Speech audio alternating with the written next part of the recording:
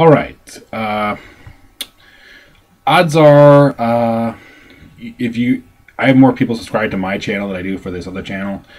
But this is a video response to a review me and a friend of mine did to the movie John Carter, which has just come out. We went to a midnight screening of it. We did a review of it a little while later, and we were talking about several things. Mostly things we didn't like about the film, but it was a good film. But that's not what I'm talking about here.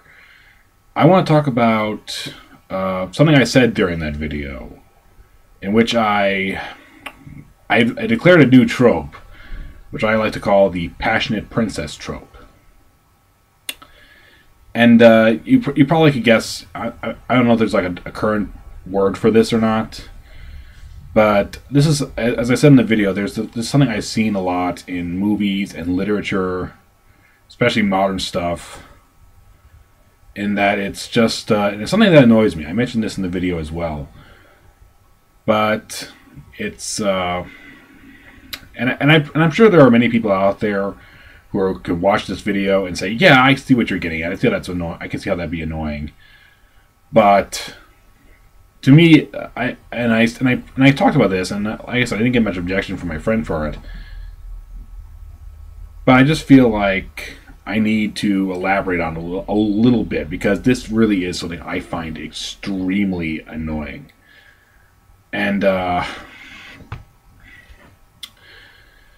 so let's see. Perhaps I should start by defining it. The passionate princess trope is just as it sounds. You know, it's a princess or someone of very high standing who is very passionate about the lower people, the people below her, the people who work for her, whatever. And it's usually female. I guess it can be male, but it works better with female. And I guess it's supposed to be the antithesis of Marie Antoinette, who was, you know, of course, the Queen of France, last Queen of France, I believe. And she was like so removed from reality that she, you know, when they said like the peasants don't have any bread to eat, so let them eat cake. Just like she's totally removed and totally unaware of the suffering of the people. And I'm not asking for people to write characters like that, although that actually would be kind of interesting to me, to make, you know, a character that's so pig-headed and removed that you can actually, it seems more interesting to me. And that's the name of the game here, because to me the passionate princess trope can be summed up in one word: boring. It is very boring to me. I mean, maybe it wouldn't have been when it was first, you know, conceived of, maybe like 20, 30 years ago. I don't know, I'm just guessing at that. That's when I started to notice it anyway. But it's just, it's now so overly done that it just doesn't seem worth even talking about anymore. And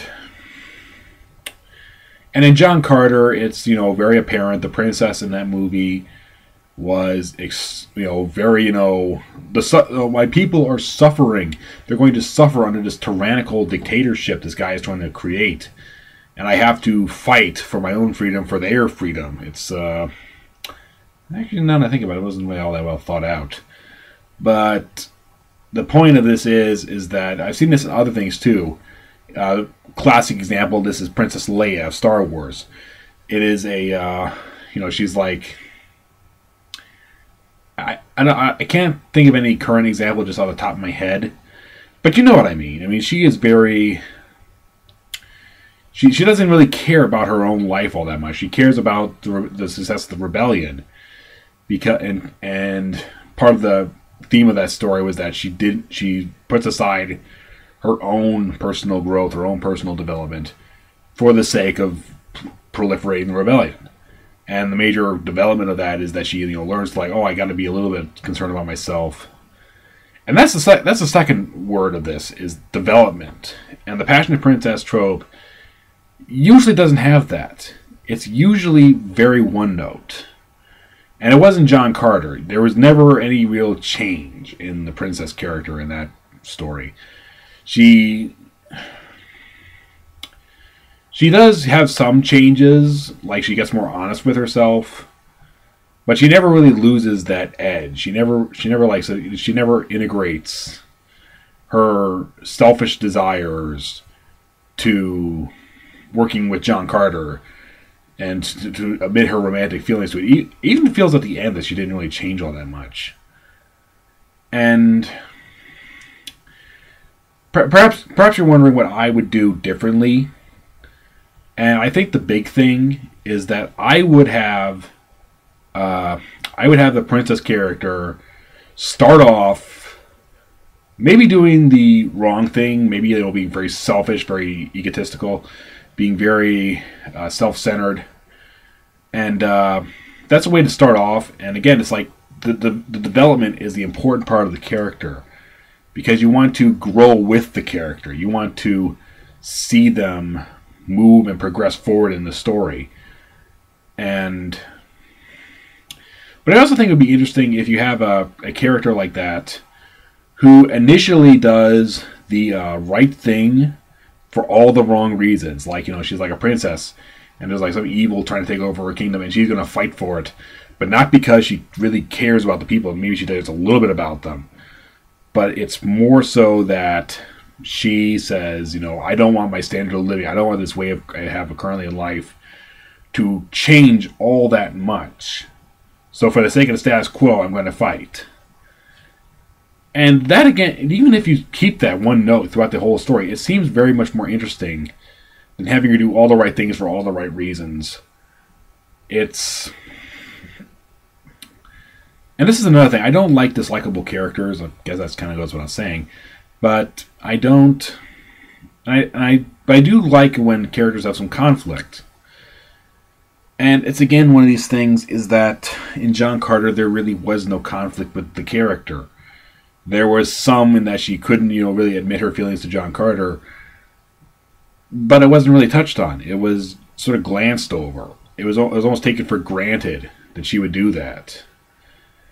I mean, like I said, beginning of Star Wars, you could easily see Princess Leia, going for Luke, even though they were siblings, but they didn't know that at the time. And even Empire Strikes Back, you see some, connection between the two of them. And you really couldn't tell up until the very end that she was going to fall for Han Solo and not Luke Skywalker. Yeah, I'm just saying this, I'm not suggesting anything.